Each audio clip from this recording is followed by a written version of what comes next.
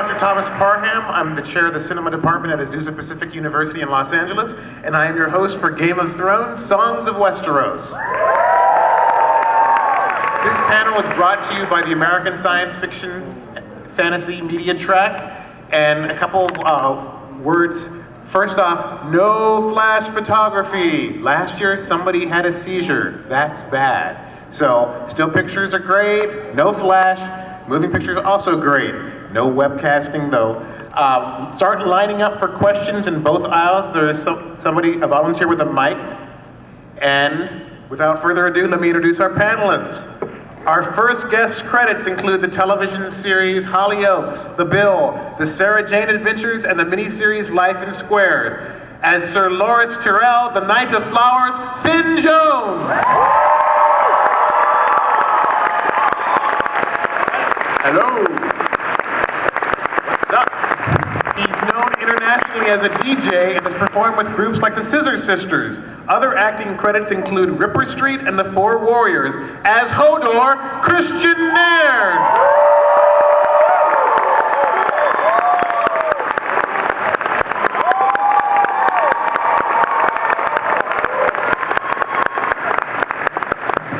And our final guest has a career that spans 6 decades, ranging from 4 episodes of The Avengers in the 60s to Star Wars, The Empire Strikes Back, Indiana Jones and the Last Crusade, and a Bond villain in For Your Eyes Only. As Grand Maester Pycelle, Julian Glover!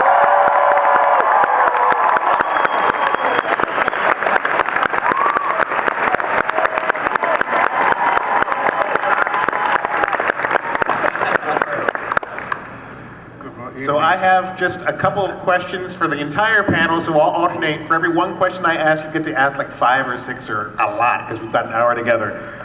First off, Mr. Glover. Can I just say something very quickly? I'm very deaf in my, well, both ears, but entirely deaf in this one.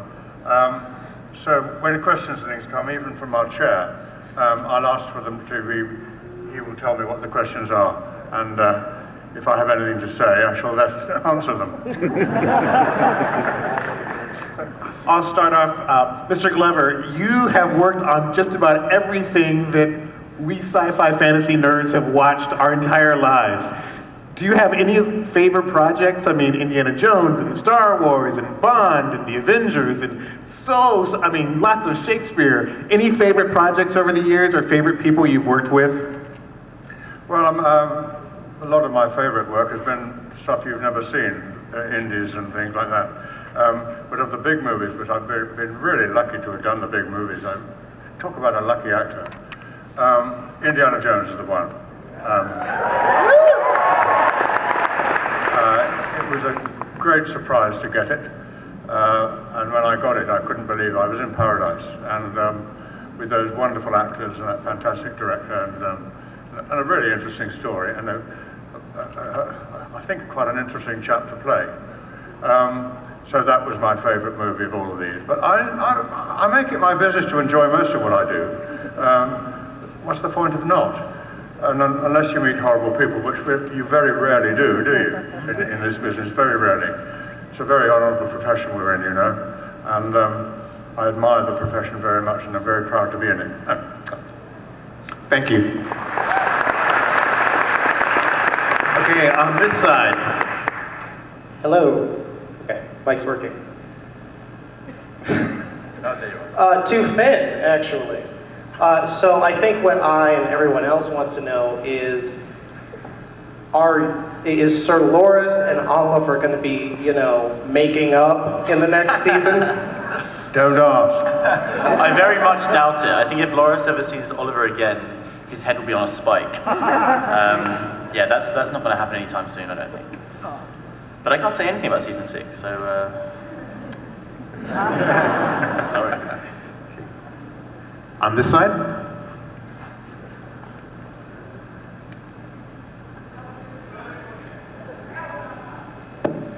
Tom. Yes. Hi, I'm Jamie. I guess my question is, I'm sure you've heard a bunch of theories and stuff from the books or show. Out of all of them, which one would be your favorite or one that you think might be true? Okay, I think I'm going to take this question because I have my own theory about how the show's going to end. And I think Kristian agrees with me as well, so Yep. well, I'll answer it. So I think at the end of the books, or the TV series, obviously the Westeros will be divided into two factions. There'll be ice and there'll be fire. And there'll be this huge cataclysmic kind of war, elemental force, you know, and the ice and the fire will both kind of destroy themselves. And then they'll destroy the throne and everything, you know, Westeros will be completely barren. And then I believe it will be up to Bran and the Tree People and a select few survivors, like good guys, maybe Tyrion, Brienne, you know, just some honourable members of Westeros to kind of start to grow Westeros anew. So the throne will be dissolved, and then peace and prosperity will then be kind of slowly kind of regenerated into Westeros. So that's my own personal theory. Hashtag just saying.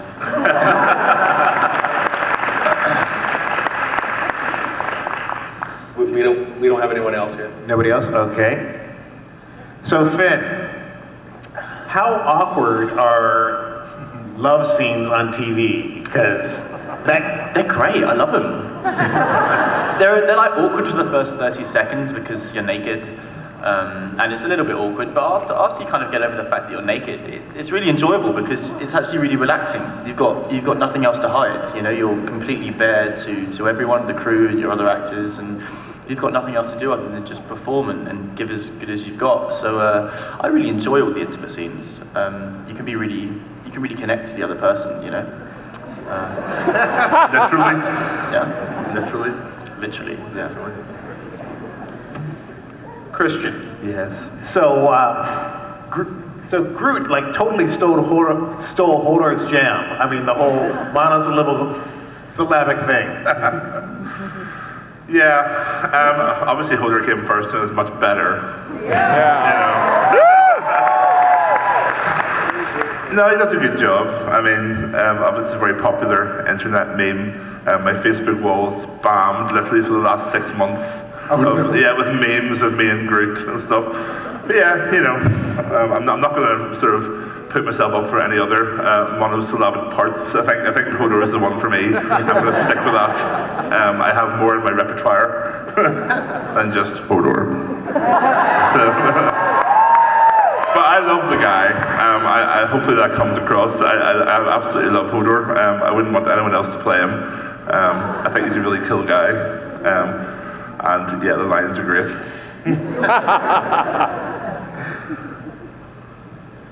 Over here.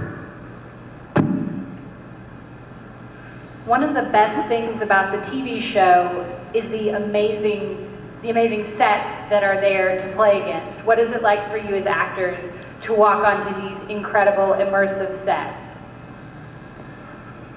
Shall I start? Yeah, go ahead. Well, you're right.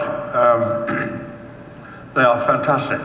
And often going onto a set is quite a shock, isn't it? When you've not seen it before. You've studied your lines and you've been told what the setting is, a castle in something, and that's all you know. And you go in and it's absolutely remarkable. The reason is because they've chosen this extraordinary path, which is the reason for the success of the whole series, which is that it isn't set in any time at all. It could be, we talk in thousands of years about a dynasty, or a line of kings or whatever. Everything is thousands and thousands of years. But when in the history of the human race that was, we don't know, because therefore they're able to put anything they want onto the set. Can come from any part of the world. Anything which is not, of course, modern and electric or digital or anything like that. They use birds for telephones. And that's, the imagination of the designers is absolutely remarkable, in my opinion. Because the way they use all these artifacts and these different styles of architecture, artifacts is the word I was looking for before, and architecture from all different periods and all different parts of the world. So all you know is that it isn't now, And it's not the last 200 years, but it could be anywhere, not in our living history. But it could have happened, and that's what's so brilliant about it, and the way that the designers have brought that, the imagination of the writer of the books, Mr. Martin, onto the set. And I know that affects the actors very much indeed, each time. Very good question. I remember my first day on set. It's filmed, most of the interiors are filmed in my hometown of Belfast, and we have this building called the Paint Hall, which is turned into a massive sound stage. It's where the ships used to be painted in Belfast, where the Titanic and stuff were built. It's now interior sets. I walked into this huge building, and it's filled with like pieces of wood and sort of big black curtains, and you'll go around these curtains and sort of around like a labyrinth of just backstage shit, basically. But all of a sudden you walk into this room, and it's the inside of a castle. It's got real stone. It smells like a castle. There's fires burning. It just feels like you're really there. And for us, as what Julian said, it makes it really easy to get into character, because you feel like you're really in a separate universe. It's absolutely crazy. Yeah, and I think the same goes for the costumes as well. The costumes are so amazingly realised and designed. Every time you stick on a costume, you feel like you are that character in that world. So I think both the set and the costumes bring so much to the show. They're brilliant too at using, when we do our locations, we do two locations. One is up in, is it Iceland? Yeah. I don't go there. And what used to be called Yugoslavia. Dubrovnik mostly, and the Split and places like that. And they use natural things there to create the things they want. For instance, that great sequence, that great big battle between two men that went on in that amphitheatre on the edge of the water. Well, that is a place where they do plays, and they're it's rough-hewn, and they put chairs up and things like that. They took that, our people took that and made it into that gloriously luxurious and pompous amphitheatre which you saw on the screen. They're wonderful at doing that. They'll take a building in the middle of Dubrovnik, which is sort of vaguely in the right area, and build around that and make it into something tremendously appropriate.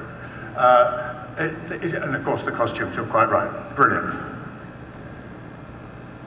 This is for Kristian. Is it liberating or annoying having only one line of dialogue as an actor? Depends what the line is. Exactly. I mean, when I first had the character described to me, I was kind of like, what? I don't really want to do this. But as I say, I've grown to love the character, and sometimes I would like a little more dialogue, I guess. But it's become such a thing. I think people would almost be disappointed if it did. Am I right? It'd be weird. It'd be weird for Holder to say something different at this stage. It's both. I mean, people always ask me the question. They either ask, they tell me, I either have the easiest role or the hardest role, and it's true. It just depends on whichever scene. There are some scenes when I'm maybe poking a fire or sort of annoying a rabbit or something. I've got a thing about rabbits. Anyway, sorry. Furries, is that what they're called? Yeah, I'm a furry. Yeah. I'm not really. I think it's a furry Holder plot comes as out again as a furry now. Yeah, so scenes like that are easy, but then you'll have certain scenes where you have to depict multiple emotions, and it can be very difficult, but I love it. It's a challenge, and it's very different. Because I talk a lot in everyday life, so it's a nice holiday from yourself. Worse than having only one line is having no lines at all. Joffrey's wedding, which went on for 4 days. Jesus Christ. We just sat there, and the camera never came anywhere near us. We had to be there.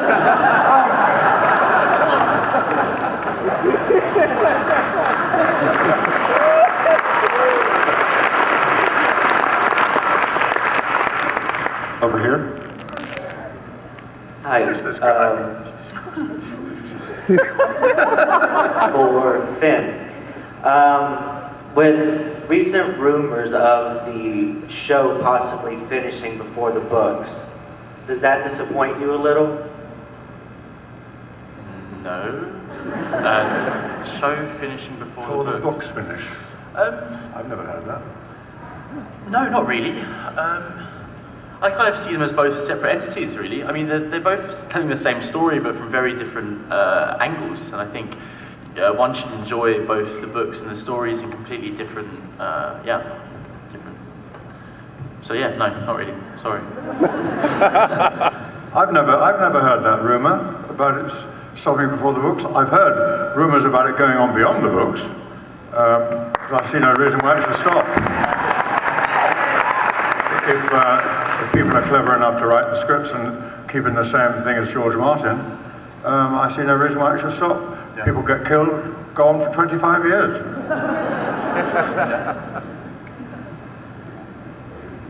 Hi, I'm Greta. So one of the interesting and really exciting things in season 5 is we see different characters in different zones, kind of, and storylines intersecting. So for each of you, what would be an exciting storyline or character for your character to meet? I would just like to go somewhere hot. So, somewhere that's not wet and snowy and dark and depressing. I don't really care about the other characters. I just want to go somewhere nice. I've always liked the interplay between Jamie and Loras in the books, and also that very brief scene in season 4. So I think it would be quite nice to see more of that, especially if Loras does ever end up getting disfigured like he does in the books. I think it would be nice to see more of Jamie and Loras, especially now that Jamie's kind of disfigured himself as well. So, yeah. I agree with that. Yes, very much so. I think an ideal way to change my plot line would be to make me into the king.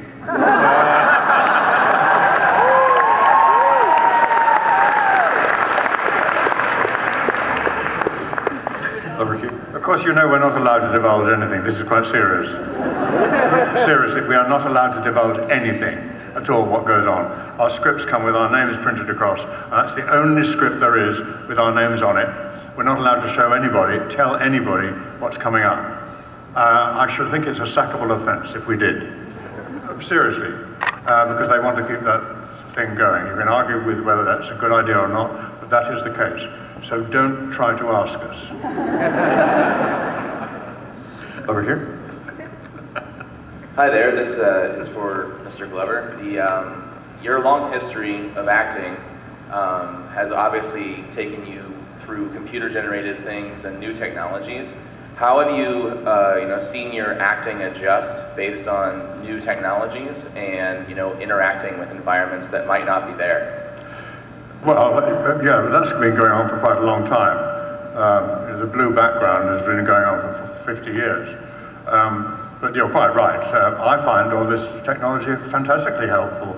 It means you don't have to do half the fights you have to do because somebody else will do them for you.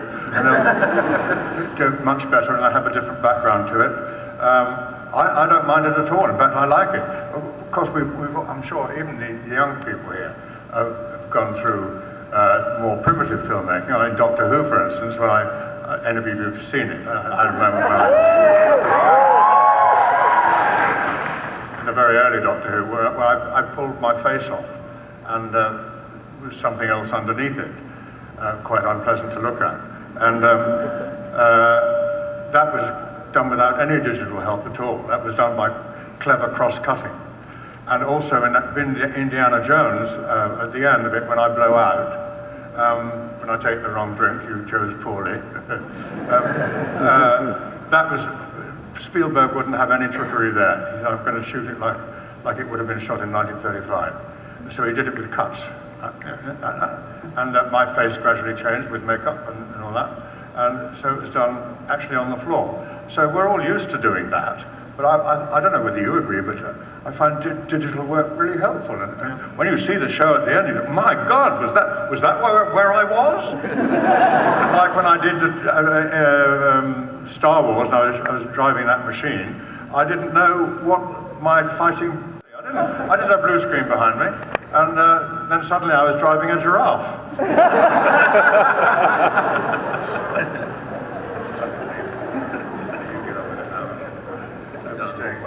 Over here. Hi, so this question is for all the panelists. I was curious who your favorite character is from the series and why. And my favorite character is probably Varys. I think he's a very complicated character. I love his scenes with Littlefinger. I think they were some of my favorite parts of the show. I also love Robert Baratheon in season 1. Another one of my favorite scenes was the scene where I don't think it's in the books actually, but it's between him and Cersei, and the sort of discussing how they never really had a chance. They never really loved each other. I thought that was such a really amazing added scene, and I think Mark Addy's an amazing actor. Yeah. There are so many characters to choose from, but I really like Theon Reek. I like the transformation the character goes through. I like the fact that he's not so, he's dynamic, he's not just so clear-cut evil. That, you can see why he's the way he is, and I like the journey that the character goes on. So. I suppose we're all affected by the characters we work with. My totally favourite character in the whole thing, saving your graces, is Tyrion. I find his presence on the screen and in the studio absolutely vast. He is a man of extraordinary intelligence and sensitivity. He's a rogue. He does a lot of bad things too, but extraordinary sensitivity. And I always feel, and I'm not always allowed to feel, or to show that I feel, great sympathy for him in all the troubles he goes through. I find them absolutely outrageous. I'm more offended by when he's upset, when he's being upset, than any other character in it. Because I think he's just so wonderful. And the actor himself is a man like that, I think. He's a massive man, and actually zinging with charisma and interest. So that's the short answer to your question.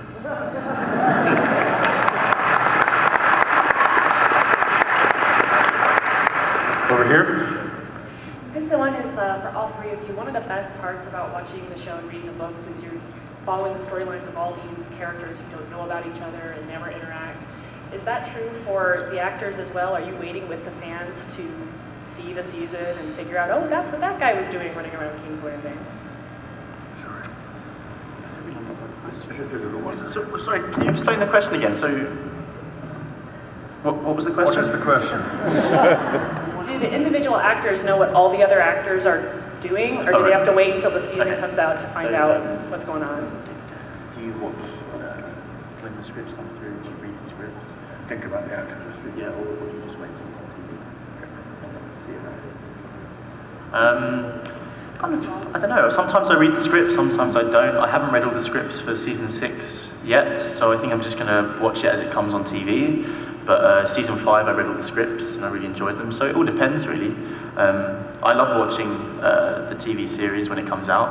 I also like to watch it as the world is watching it, because it was a shame when the first 4 episodes got leaked last year. Not because they got leaked and it's against the law and all that kind of stuff, but mainly just because when every episode comes on, it's a kind of a moment where the whole entire world is watching, and it's a story that the whole world can watch together and talk about. And I felt because the first 4 episodes were leaked, it was a shame because that conversation wasn't happening. Yeah. It just depends. As Finn says, I don't always read all the scripts. Some parts I'm more interested in than others. I'll have a bit of a flick. But I'm afraid to know too much because I've got a big mouth. I don't want to leak anything. Yeah. The less I know, the better. Yeah. Over here. This is for all the panelists. What is the most difficult scene you filmed throughout the entire series so far, and why?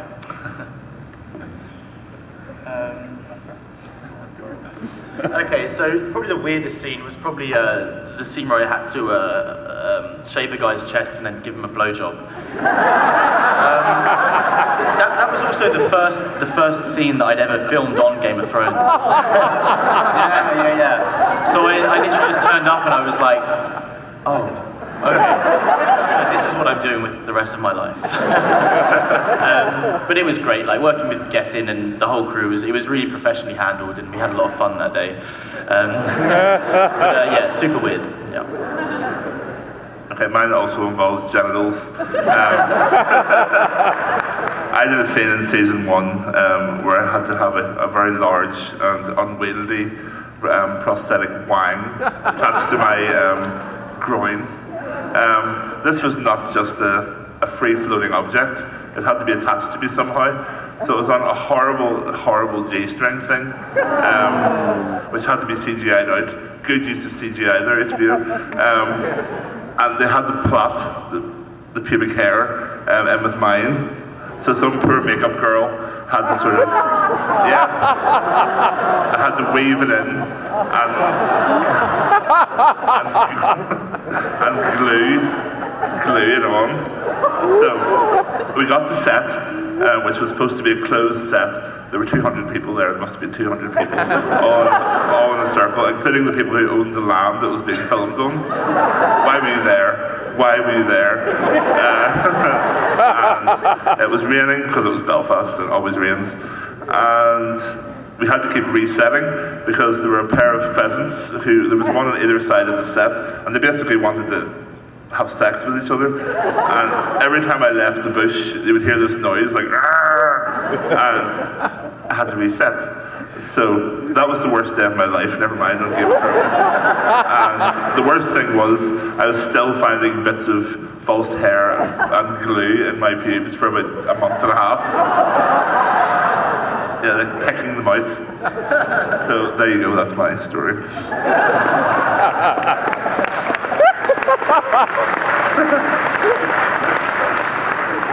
I have nothing to say after that. Mr. Glover, I have a question for you. From late in season 1, you have a scene with Roz, and then afterwards you reveal that you're not the doddering old infirm man that you pretend to be. Was that news to you when you got that script? No, far from it.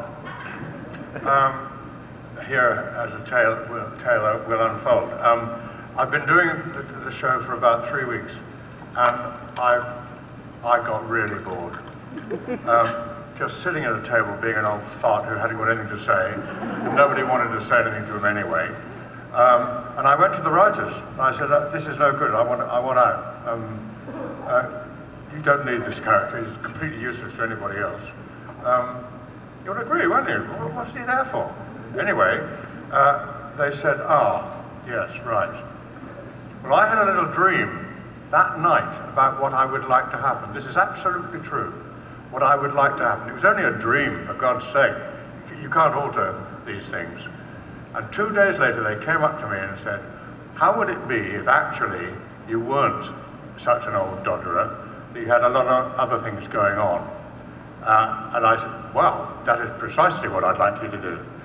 And they said, we've got the idea from every time I'm doing a scene, in this boring old way, at the end of the take they say, cut, and I'd be up and again, and we'd chat around, talk among ourselves like you do until we did another take. And they said, that's what we saw.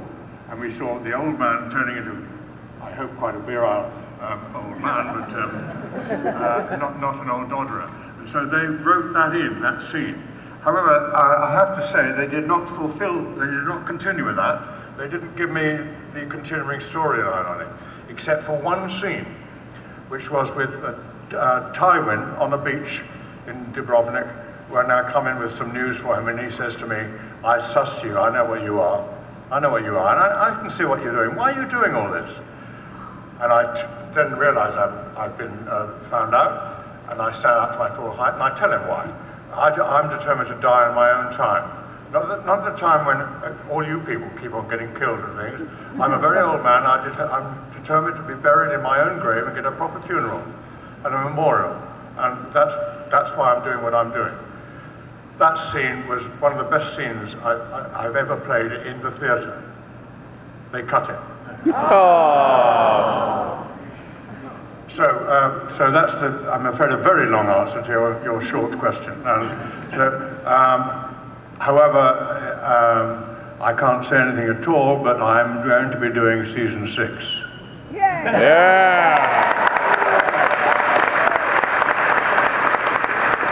Over here. First off, this is awesome. So an established motif amongst the storyline is to take beloved, fan-favorite characters and to murder them indiscriminately in pretty horrific manner. What character death had the biggest impact on you and why?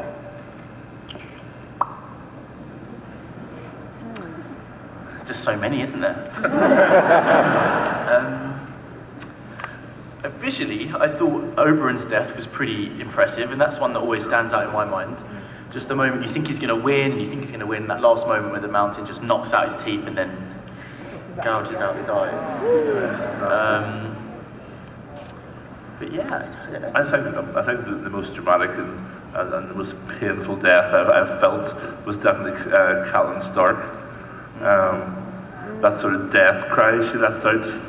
I actually avoided watching that. I couldn't bear to watch it for a couple of weeks after it was aired. I think she should have got an Emmy for that scene, actually. Yeah. She's an incredible actress.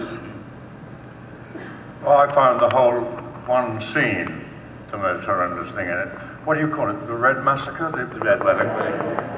That.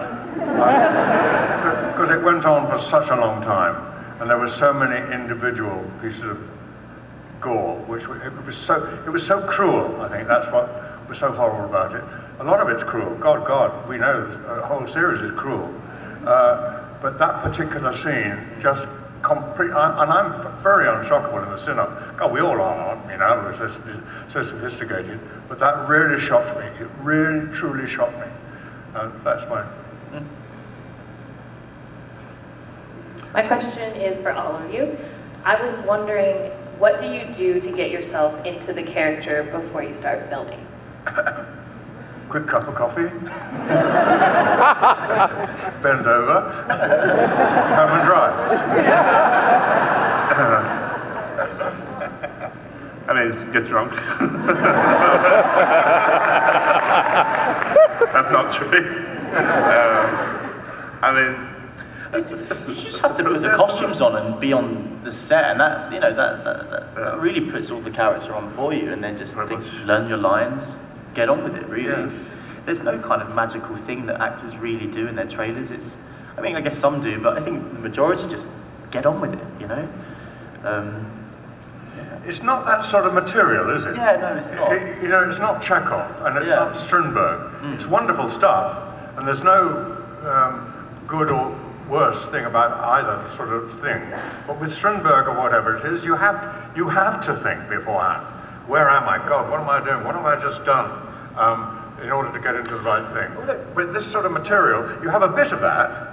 Yeah. But it is much more what he described. I mean, come to think about it, and I'm going to say something about season 6, and it's not going to spoil it, so it's fine. But everyone knows I'm in a prison cell, and so I've been doing scenes this year in a prison cell, and I found myself like a week beforehand, leading up to it, really trying to get into the mindset of being in a prison cell, like reading books about people that have been held captive in isolation for years at a time. Just thinking about like choices in my daily life that would aid my suffering. Not like huge choices, like really like trying to hurt my health, but just trying to get into that mindset. So then when I do come on set and I have to do something that's so out of the ordinary, it's already kind of established in my kind of being. But yeah, there's no kind of like intense preparation before you actually get into the role. I don't think everyone's different. Every actor works different. Over here. Hi. First, thank you so much for coming. Huge fan of the show. And given the serious and intense and oftentimes graphic content. Is there anyone that does a lot of cutting up or pranking offset to kind of lighten the mood? Any pranks offset? Any pranks? Yeah. What, in my costume? No, I'm sorry, I don't But there know aren't any of that. really, yeah, there aren't really. I think David and Dan, the producers, the biggest pranksters. They've pulled a few pranks on various cast members. None of us, though, I don't think. No. They told Alfie, who plays Theon, they kind of sent him a full script before, I think, season 3. And in the script, in his particular script, they killed him off just as a joke. And poor Alfie, like, he's such a nice guy, he just took it on the chin and he didn't say anything about it. And then they called him up and they were like, "So, Alf, what do you think of the new scripts?" And he was like, "Oh yeah, they're good. It's just a shame that I have to be, leaving so soon." And they kind of egged him on for a bit before they told him that they were just pissing around with him. But they've done that a few times to other actors in the show as well. I think they told Kit that they're going to have to heavily scar him like season 3 because he's such a pretty boy and he's so vain. And obviously Kit was just mortified the fact that he's have to have his face all cut up. But, so they like fucking with people. Quite often, well, no, not quite often. Sometimes pranks actually happen on the set while they're actually doing it. Can I tell this one again? Excuse me, they've heard all this stuff before. Was anybody here yesterday?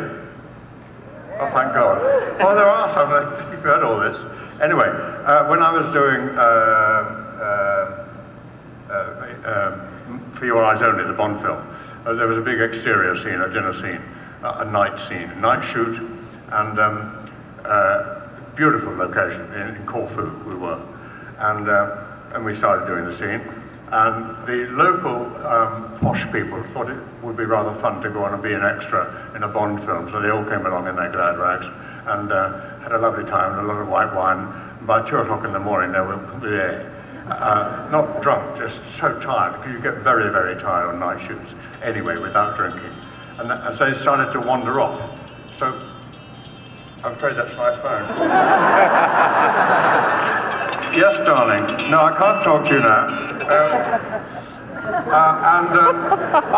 People realised that people were running away, and Roger decided to do something about it. So the next scene was when I'm being served a plate of food, and during the middle of the dialogue, and in came the waiter and put it down in front of me and tipped it right down my lap. The whole lot. All over here, absolutely Trevor's prawns, grease, awful. And everyone went, "Ah!" like that. And I looked up, and I realized that the waiter was Roger's wife, all dressed up in a little moustache. And he'd set this whole thing up, and it woke everybody up, and we got on and did the scene, and we finished at 7, and everybody stayed then. And that's the sort of thing that Roger Moore can do, because he's got the power to do that. That's an offshoot from your question, but I thought I'd tell it anyway.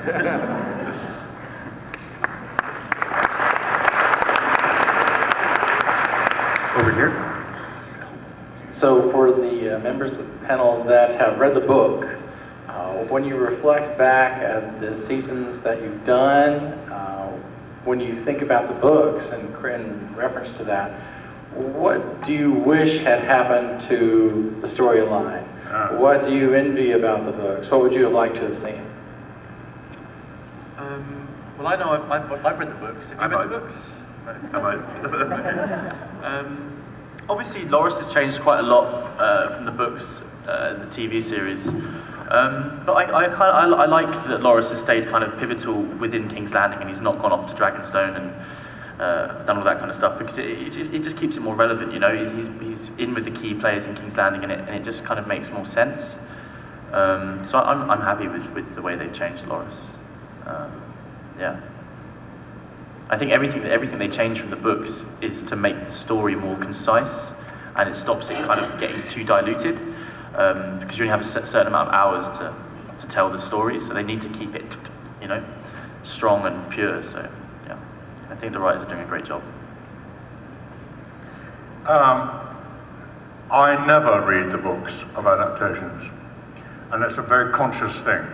I've done a lot of adaptations of books on television and things. And I do it because I know very well that the matter that you mentioned, the developing storyline, there are bound to be things in the book we think, oh, why haven't they got that in? Or can't we substitute that for that? That's not my job. I'm not the writer. So I always take what I've been told to do. And I might very well read the book later when we finish it. Then I can go, oh shit, we didn't do that scene. But it's a very conscious thing. So I learned that from the great actor Paul Schofield. I was doing a play with him and I said, this scene doesn't work, does it? He said, no, it doesn't. We've got to make it work. Julian, you accept the part, you do the part. You don't piss about with it, you do it, and you make it work. And he's absolutely right, and we did.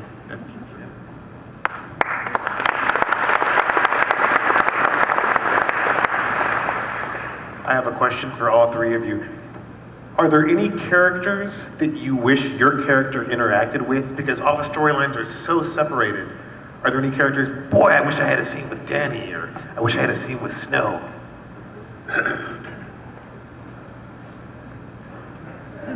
I think Hodor, I'm going to speak for Hodor here, I think he would like to meet Brienne. I think they'll make a nice couple. Yeah, I'd like Loras to be have some more scenes with Brienne as well. I think that would be fun. Yeah. What scenes with? What was the question? What scene would you like your character? What actors, what other characters in the show would you like? Oh, I see. And you said Tyrion. Yeah. Yes. I'd love to have a go with Jaime Lannister, as they say. I really would like to do that. And I'd like to have a proper conversation, not a silly one like I always have, with Cersei. I really would, because I think she's a fascinating character. And I'd love to try to get to the bottom of her somehow. No, I didn't mean that. Though now you mention it. I'd love to have a conversation with her. But I've had conversations with Tyrion, and they are delightful to have, and as I've explained already. Over here. As we all know, you can't get any attached to any characters because, you know, they die unexpectedly. This one's for all of you guys. I was wondering if you could bring anybody back, who would you bring back? I'd bring back Caitlin. Definitely Michelle Fairley. I thought she was a wonderful actress. I thought the character was really wonderful, and I think it would be nice to see her come back. It's probably a boring one, but probably Ned Stark.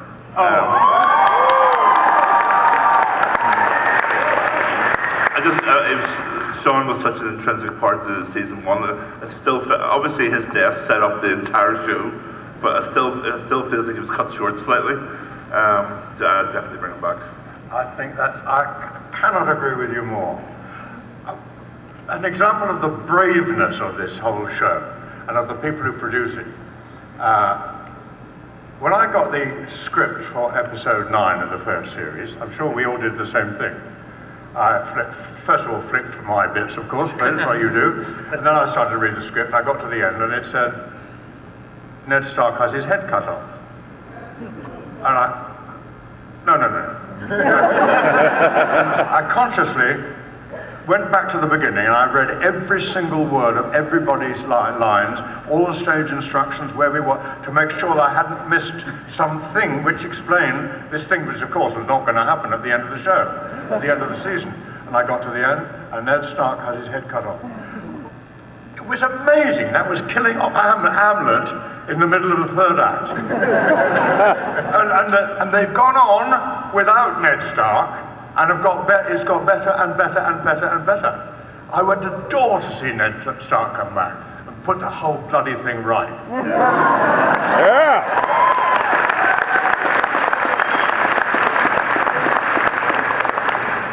Absolutely, yes. Over here. Hi. My question is, one of the storylines that I was really interested in was that with Bran and Hodor. And I was just wondering, it kind of got cut off during season 5. We haven't really seen them at all. Is there any reason you guys think that they kind of just dropped it off? I think it's a very simple reason, actually, because we were right up to the end of our story in the books, pretty much. and there were some other storylines that needed to be shown sort of to catch up with us. And really, we got to where we'd gone. We got to the location where we got at the end of the last book.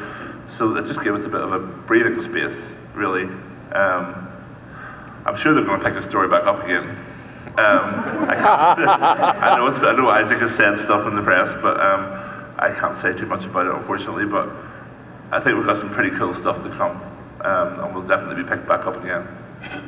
It felt weird for me as well, not being in season 5, but I'm looking forward to getting back to it eventually. Over here. Hi, my question is for Finn and Kristian. Would you two ever consider DJing at a future DragonCon after party? Yeah, I'd love to, yeah. I've actually got all my stuff here, so if there's any parties going on, let me know, because I've got all my stuff. Tonight! Yeah. If you've got the venue and the setup, then yeah, let's do it. Let's have fun. Over here. So, hi, we know who you would bring back if you could bring a character back from the dead, but which currently living character would you like to kill? 100% Cersei, without a doubt. Without a doubt. And I would kill the just under 6 foot tall 16-year-old Bran Stark. For the sake of my spine.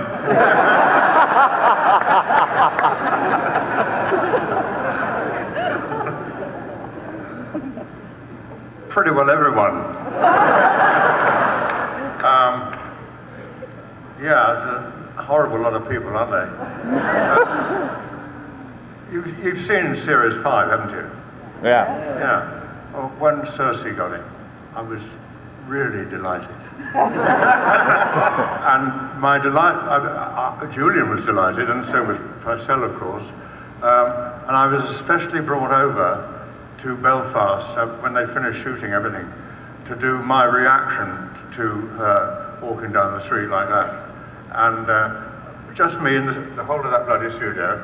And I did that reaction one afternoon because they knew that they wanted to see my relish at that happening. I thought it was so totally deserved. That's why I want to have that conversation with Cersei. Over here. I feel like Joffrey is universally the most hated character, and for me personally, I was super happy to see him, get it.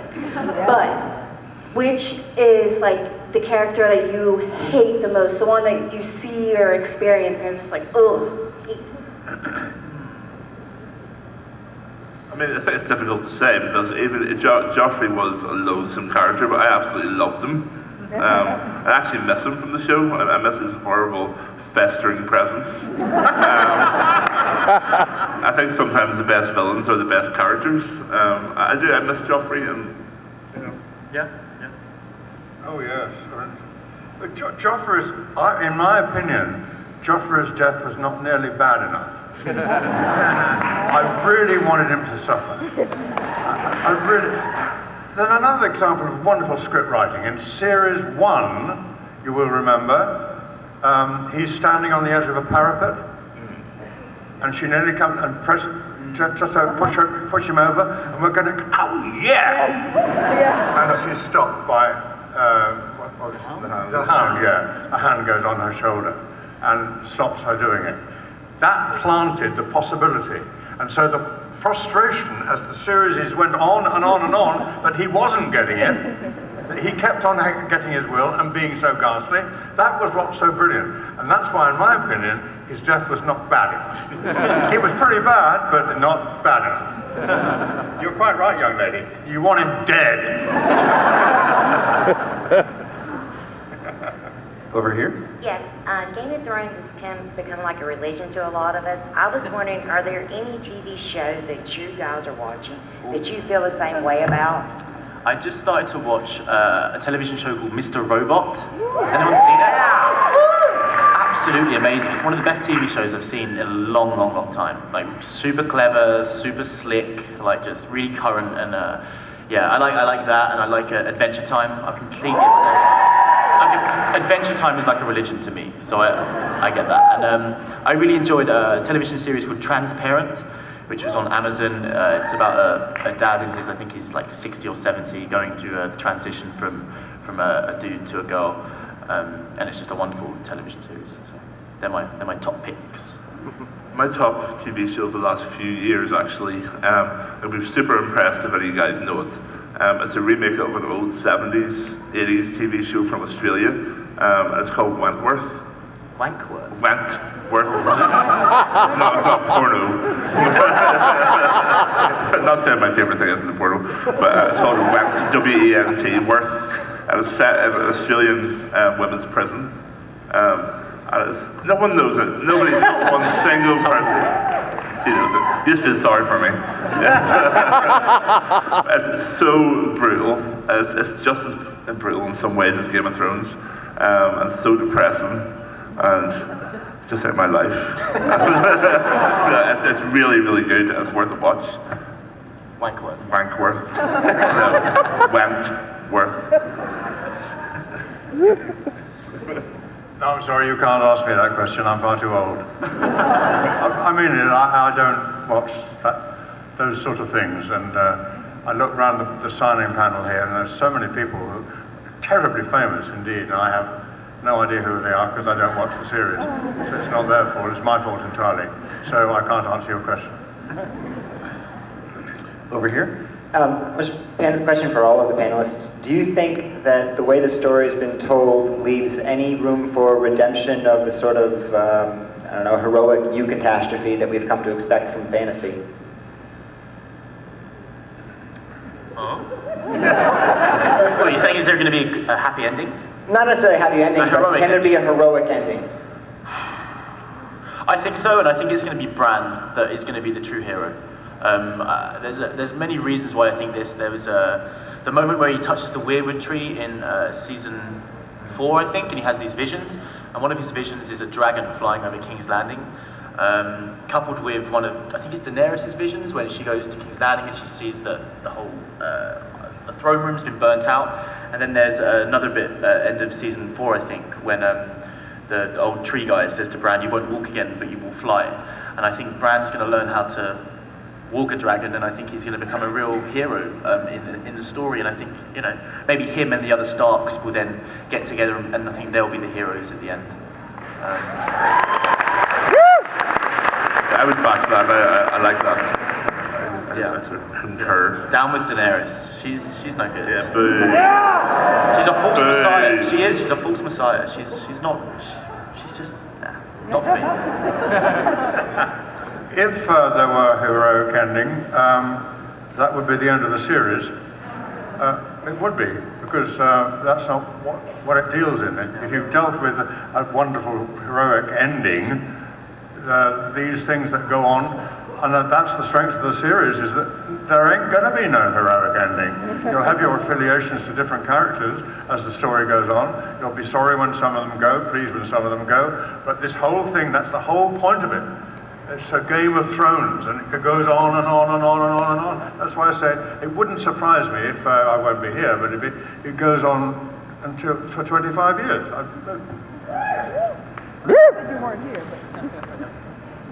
Over here. That isn't to say some people can't sometimes act heroically. That can happen in the middle of the melee or in the mayhem of Game of Thrones. Someone could do a heroic act which you sympathise with. They probably get killed immediately afterwards. But a great big resolution, redemption was the word you used, that I don't think it could ever happen in Game of Thrones. I think the only way it could happen is if the throne is dissolved. If you get rid of the Iron Throne and then you start to give power back to the individual little realms. I think that's the only way that there can be truly redemption in that world. As long as the Iron Throne is there, there's going to be just chaos and murder and hate. So get rid of that thing. Like it's going on now. Yeah, totally. States are getting smaller and smaller. You have their own little kingships. They break off from the main one. They go to war with each other. They kill each other. They maim each other. And another thing to do with that. Still going on. Nothing stopped. And I was reading recently the whole of the history of the Wars of the Roses in England.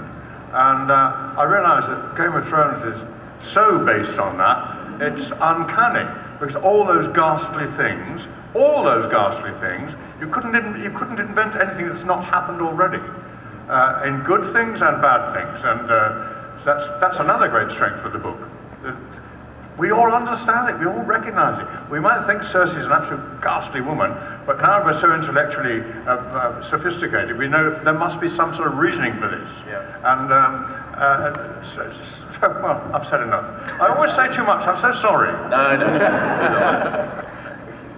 Last question over here. I don't know how much of the books each of you have read, but why do you think they've waited so long to bring Lady Stoneheart into the series? Has she been brought back into the series? No. There was a tweet that came out that said she's coming out into season 6. Who? Hey, look, I have no idea. Whatever. We wouldn't know that. We can't answer that question, and yeah. So sorry. And if we knew, we wouldn't. We wouldn't tell you. Yeah. I've never heard that. Yeah. Trying to get it out of us. Talking about secrecy in the cinema, it's very difficult to keep secrets in the acting profession. Very difficult. But sometimes it works, and it's worked with Star Wars. Nobody, except who's in Star Wars, the new film, what's it called? Force Awakens. Nobody knows what happens in it. And they've kept that secret for 3 years now. And actors chatting together in their clubs and things like that, in their pubs, have no idea what happened. And the actors who've been in it have not told us what's happened. Absolutely remarkable piece of secrecy. Yeah.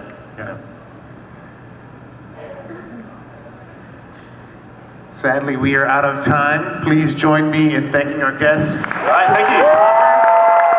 Finn Jones and Kristian Nairn. Thank you very much, guys. Hey, just to say, if you want to come and meet us, we're going to be down signing in the Walk of Fame, which I think is on the lower level in this hotel. So if you want to come down, say hi, we'd love to meet you. So yeah, thanks for being here.